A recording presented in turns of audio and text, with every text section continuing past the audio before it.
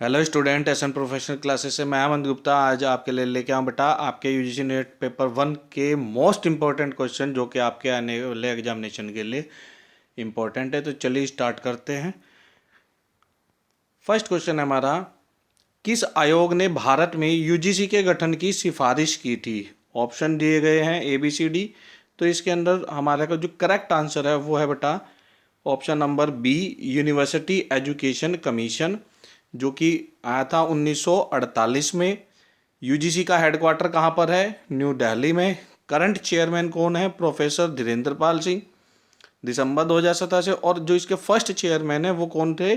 शांति स्वरूप भटनागर। कई बार एग्जामिनेशन में first chairman के बारे में भी पूछा गया है, तो आप इसको अच्छे से तैयार कर लेंगे यूजीसी को।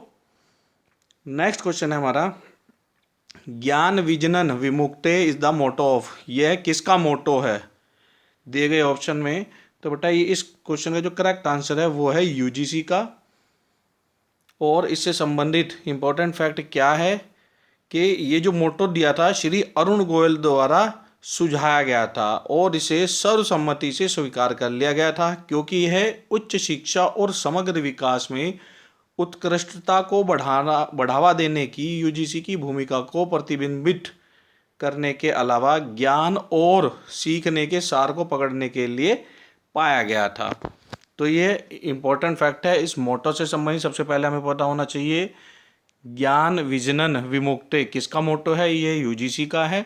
और किसके द्वारा सुझाया गया था? यह अरुण गोयल द्वारा सुझाया गया था। इसको अच्छे से तैयार करेंगे। नेक्स्ट क्वेश्चन है फुल फॉर्म के बारे में। फुल फॉर्म अक्सर पूछी जाती है एग्जामिनेशन में। तो रूसा की फुल फॉर्म क्या है? 4 ऑप्शन दिए गए हैं, तो इसमें से हमारे को देखकर बताना है कि कौन सा इसका करेक्ट आंसर होगा।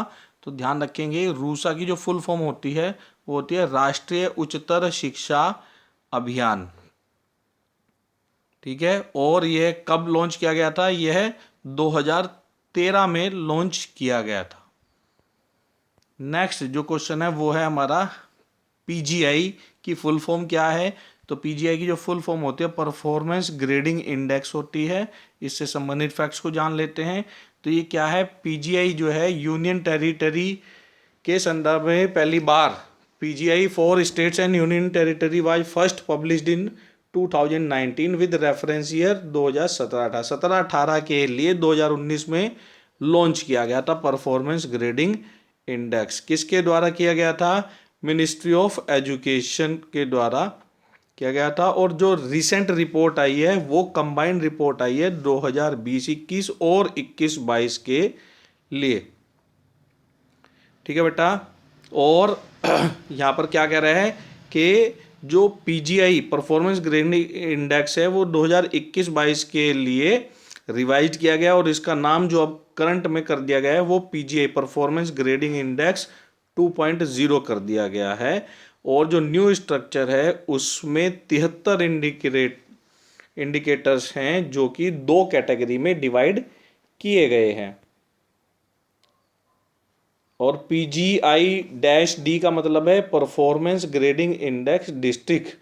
ये जो स्ट्रक्चर है इसके अंदर टोटल 600 पॉइंट है, जिसके अंदर 83 इंडिकेटर हैं जो कि 6 कैटेगरी में विभाजित हैं। ये कैटेगरी के नाम लिख दिए हैं और फर्दर इन कैटेगरी को 12 कैटेगरी में 12 डोमेन में डिवाइड किया गया है। ये 12 डोमेन कौन कौन से हैं तो ये भी यहाँ पर मेंशन कर दिए गए हैं। आप इनको अच्छे से तैयार कर लेंगे। आगे परफॉर्मेंस ग्रेडिंग इंडेक्स के बारे में, इसका ग्रेडिंग सिस्टम क्या कहता है कि grading system state and union territory are assigned grades based on their point scored across the indicators. और इसका जो हाईएस्ट ग्रेडिंग सिस्टम है वो उसका नाम ध्यान रखेंगे पीजीआई का, वो है दक्ष, जिसमें 941 से 1000 पॉइंट तक है। और जो लोवेस्ट है वो है 401 से 460 पॉइंट तक और इसका नाम है आकांक्षी 3। चलिए नेक्स्ट क्वेश्चन जानते हैं। ये हमने ऑलरेडी पढ़ लिया है। ज्ञान विजनन मुक्ति किसका मोटो है? यूजीसी का है।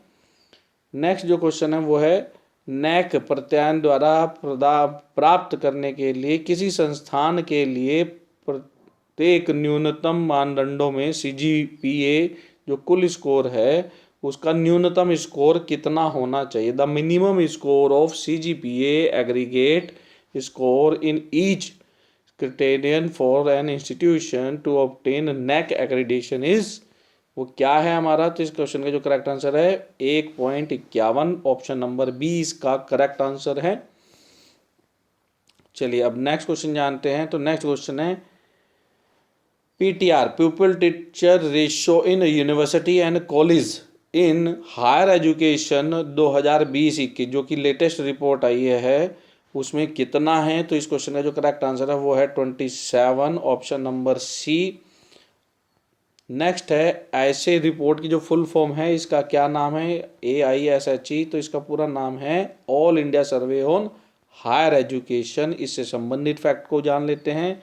तो ये क्या है, मिनिस्ट्री ऑफ एजुकेशन द्वारा जो डेटा रिलीज किया गया है लेटेस्ट 2020-21 के लिए, उसमें बता रहे हैं जो स्टूडेंट एनरोलमेंट रेशियो है वो बढ़ गया है 19-20 के कंपैरिजन में। अब वर्तमान में ये कितना हो गया, 7.5% का इंक्रीज हुआ है। और 20-21 में क्या कह रहा है, ये जो कोविड-19 पैंडेमिक हुआ था उसमें जो इंक्रीज हुआ था तब 7% का हुआ था। और ये जो ग्रेडिंग है ये कैसी है, वेब बेस्ड एनुअल वार्षिक है और इंटरनेट बेस्ड है। कब से लॉन्च की जा रही है, 2010-11 से ये लॉन्च की जा रही है। स्वयं के बारे में अक्सर पेपर में पूछा जाता है और अभी जो 7-8 तारीख में पेपर हुआ है, 7 तारीख में 8 तारीख में, वहाँ पर भी स्वयं से रिलेटेड क्वेश्चन पूछे गए हैं। तो बाकी क्वेश्चन और उससे संबंधित अन्य फैक्ट्स को भी जान लेते हैं जो आपके यहाँ आने वाले एग्जामिनेशन के लिए इंपॉर्टेंट है। स्वयं से संबंधित इंपॉर्टेंट फैक्ट्स आगे भी हैं, अच्छे से तैयार करेंगे। सबसे पहले हमें पता होना चाहिए स्वयं की फुल फॉर्म क्या है। तो इसकी फुल फॉर्म है study webs of active learning for young aspiring minds. Previous year examinations में भी यह क्वेश्चन पूछा गया है स्वयं वाले से, तो आप इनको अच्छे से तैयार करेंगे। स्वयं क्या है, ये जो प्लेटफॉर्म है यह डेवलप किया गया है मिनिस्ट्री ऑफ एजुकेशन और NPTEL, IIT मद्रास, और इस जो सॉफ्टवेयर को सपोर्ट कर रहा है वो कौन कर रहा है, गूगल इंक और परसिस्टेंट सिस्टम इसको सपोर्ट कर रहा है। स्वयं प्रभा जो है डैश पर GSAT 15 उपग्रह का उपयोग करके उच्च गुणवत्ता वाले शैक्षिक कार्यक्रमों का प्रसारण करता है। किसका, 24/7 बेसिस पर। क्वेश्चन ऐसे भी पूछ सकते हैं स्वयं प्रभा किस उपग्रह का प्रयोग करता है। तो ये GSAT 15 उपग्रह का सैटेलाइट का प्रयोग करता है। आप अच्छे से तैयार करेंगे। चलिए अब स्वयं से संबंधित फैक्ट जान लेते हैं। तो ध्यान रखेंगे बेटा, स्वयं जो प्लेटफॉर्म है ये गवर्नमेंट ऑफ इंडिया द्वारा डिज़ाइन किया गया है और इसमें मुख्य रूप से 3 क्रीडेंशियल प्रिंसिपल जो हैं एजुकेशन पॉलिसी के हैं वो कौन से हैं, access, equity and quality. Question आज से पूछा गया प्रीवियस ईयर में कि कितने क्रीडेंशियल प्रिंसिपल हैं, वो 3 हैं एजुकेशन पॉलिसी की। ऐसे भी पूछा गया है क्वेश्चन कि निम्न में से कौन सा वो क्रीडेंशियल नहीं है। तो यहाँ 3 पॉइंट दिए हुए हैं, एक्सेस, इक्विटी एंड क्वालिटी। चौथा आपको कुछ और दे सकता है। मेन आपको ध्यान रखना है 3 कौन कौन से हैं, access, equity and quality. Other facts को हमने मेंशन कर दिया, आप उनको रीड करते हुए चलेंगे। इसमें जो क्लासेस प्रारंभ होती हैं वो 9th क्लास से प्रारंभ होकर पोस्ट ग्रेजुएशन तक की क्लास दी जाती हैं जो कि कहीं से भी स्टूडेंट एक्सेस कर सकते हैं और ये सभी की सभी जो है फ्री ऑफ कॉस्ट है। इसके लिए कोई चार्ज नहीं लगता है स्टूडेंट्स के लिए। जो कोर्स होस्ट किए जाते हैं स्वयं प्लेटफॉर्म पे वो कुल 4 क्वाड्रेंट्स में होस्ट किए जाते हैं। वो कौन कौन से हैं, वीडियो लेक्चर हैं, है ना। दूसरा है special prepared reading material that can be downloaded और प्रिंटेड। वीडियो लेक्चर हैं, प्रिंटेड मटेरियल है जो कि आप डाउनलोड भी कर सकते हो और उनका प्रिंट भी निकाल सकते हो। फिर उसके बाद सेल्फ असेसमेंट के लिए टेस्ट हैं, क्विज़ हैं, और चौथा पॉइंट है ऑनलाइन डिस्कशन फोरम है अपने डाउट्स को क्लियर करने के लिए। तो इस प्रकार से आप अपनी स्टडी को बहुत अच्छे तरीके से कर सकते हो। प्रिंटेड मटेरियल है, उस मटेरियल के ऊपर बेस्ड हमारे वीडियो लेक्चर हैं, अपने जो आपने पढ़ा है, याद किया है, तो उसके इवैल्यूएशन के लिए आपके टेस्ट हैं, क्विज़ हैं, अगर कोई डाउट है तो उसके लिए ऑनलाइन डिस्कशन फॉर्म है जहाँ पर आप अपने डाउट को क्लियर कर सकते हो। चलिए अब नेक्स्ट जानते हैं। नेक्स्ट क्वेश्चन है हमारा आईसीटी यूनिट से संबंधित। तो यहाँ पर कह रहा है कि दशमलव संख्या 75 का द्विआधारी समतुल्य क्या होगा, डेसिमल नंबर क्या होगा। सॉरी, जो डेसिमल नंबर 75 है उसका बाइनरी कन्वर्जन क्या होगा। नीचे 4 ऑप्शन दिए गए हैं। तो इस क्वेश्चन का जो करेक्ट आंसर आएगा वो आएगा ऑप्शन नंबर डी, 100 1011। इसको सॉल्यूशन कैसे बनेगा, तो ये देखेंगे 75 को 2 से, डेसिमल नंबर को बाइनरी में कन्वर्ट करने के लिए हमारे को उसको 2 से डिवाइड करना पड़ेगा, और जो डिवाइड करके आएगा उसको हम नीचे से ऊपर की तरफ लिखना प्रारंभ करेंगे। यहाँ पे लिखा हुआ है ये आपको, ठीक है। इसको दूसरे तरीके से भी सोल्व कर सकते हैं, दोनों तरीके से हमने मेंशन किया है। जो आपके ये नंबर हैं इनको ऐसे लिख लेंगे 1001011, और फिर इसकी मल्टीप्लाई कर देंगे 0 की पावर 1, है ना, फिर सॉरी 1 की पावर 0, 1 की पावर 0, 1 की पावर 1, 1 की पावर 2, 1 की पावर 3, ठीक है ना। ऐसे इसको कन्वर्ट कर लेंगे। ये हमने यहाँ पर लिख दिया है आपको स्टूडेंट्स। 1 की पावर नहीं, सॉरी 2 की पावर, बाइनरी का जो बेस अंक है वो 2 होता है, करेक्ट कर लेंगे। बाइनरी का जो बेस होता है वो 2 होता है, 1001011, 2 की पावर 0, 2 की पावर 1, 2 की पावर 2, 2 की पावर 3, ऐसे ही जितने भी अंक है सब में लिखते हुए चलेंगे।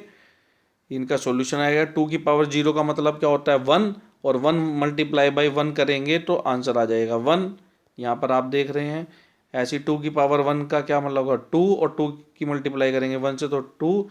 ये कैलकुलेशन करने के बाद इन सभी को जोड़ देंगे, तो जोड़ने के बाद हमारा 75 आ जाएगा, जो कि हमारा क्वेश्चन में दिया हुआ भी है, डेसिमल नंबर 75। तो इसका जो करेक्ट आंसर आ जाएगा वो ये आ जाएगा। नेक्स्ट क्वेश्चन है हमारा, एक कंप्यूटर की मुख्य मेमोरी 960 किलोबाइट्स की होती है, तो इस मेमोरी में निहित बाइट्स की सटीक संख्या कितनी होगी। ये लास्ट ईयर के क्वेश्चन इंक्लूड करते हुए हैं, जो मई जून में एग्जाम हुए थे।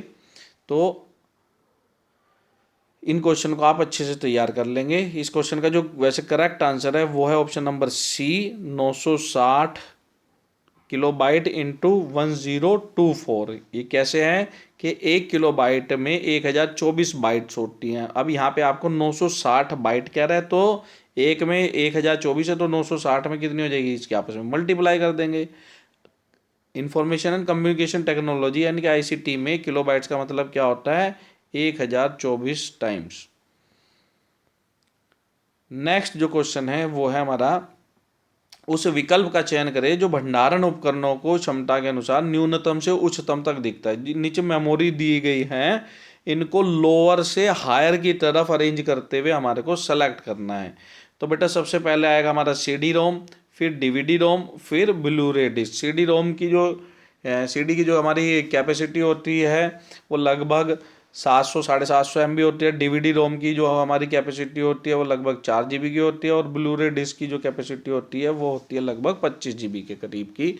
तो लोअर से हायर की तरफ इसको अरेंज करना था। ऑप्शन नंबर ए इसका करेक्ट आंसर आ जाएगा स्टूडेंट्स। नेक्स्ट क्वेश्चन हमारा, निम्नलिखित में से कौन सा एक सर्च इंजन है। 4 ऑप्शन दिए गए हैं, तो इसका जो करेक्ट आंसर है वो है गूगल। ऑप्शन नंबर डी इसका करेक्ट आंसर है। अब बेटा बाकी क्या है, फ्लैश, फायरफॉक्स, इंटरनेट एक्सप्लोरर, ये हमारे वेब ब्राउजर हैं। वेब ब्राउजर क्या होता है, एक एप्लीकेशन सॉफ्टवेयर होते हैं। इसका उपयोग वेब पेज, HTML फाइल और वेब सर्वर को खोजने के लिए किया जाता है। जबकि जो सर्च इंजन है ये सिर्फ एक वेबसाइट होते हैं, जो कि सर्च इंजन का उपयोग करने पर कोई जानकारी खोजने, सर्च इंजन का प्रयोग जो है इंटरनेट पर कोई जानकारी खोजने के लिए किया जाता है। इस प्रकार के क्वेश्चन आपसे एग्जामिनेशन में पूछे गए हैं नेट के एग्जामिनेशन में, तो आप इन पॉइंट को अच्छे से तैयार कर लेंगे। नेक्स्ट जो क्वेश्चन है वो है, सुहानी के शिक्षक VLE का उपयोग करते हैं, जो कि एक सॉफ्टवेयर टूल है जो ऑनलाइन पाठ्यक्रम वितरित करने के लिए डिजाइन किया गया है। इसका संक्षिप्त नाम, डिटेल में नाम बताएंगे VLE का। तो बेटा VLE का होता है virtual learning environment. Option number C इसका करेक्ट आंसर होगा। चलिए अब नेक्स्ट क्वेश्चन जानते हैं। नेक्स्ट है हमारा, CPU की जो परफॉर्मेंस है, जो CPU का प्रदर्शन है, उसको किस में मापा जाता है। तो 4 ऑप्शन दिए गए हैं, तो इसका जो करेक्ट आंसर है वो है MIPS। ऑप्शन नंबर बी इसका करेक्ट आंसर है। और MIPS की जो फुल फॉर्म होती है वो होती है मिलियन इंस्ट्रक्शंस पर second. Students, thank you for watching. Please like, comment and subscribe, and also share this video section, lecture section, to your all colleagues and friends, ताकि वो भी इसका बेनिफिट ले सके। मिलते हैं अपने नेक्स्ट सेक्शन में, तब तक के लिए bye bye student, and best of luck for your examination.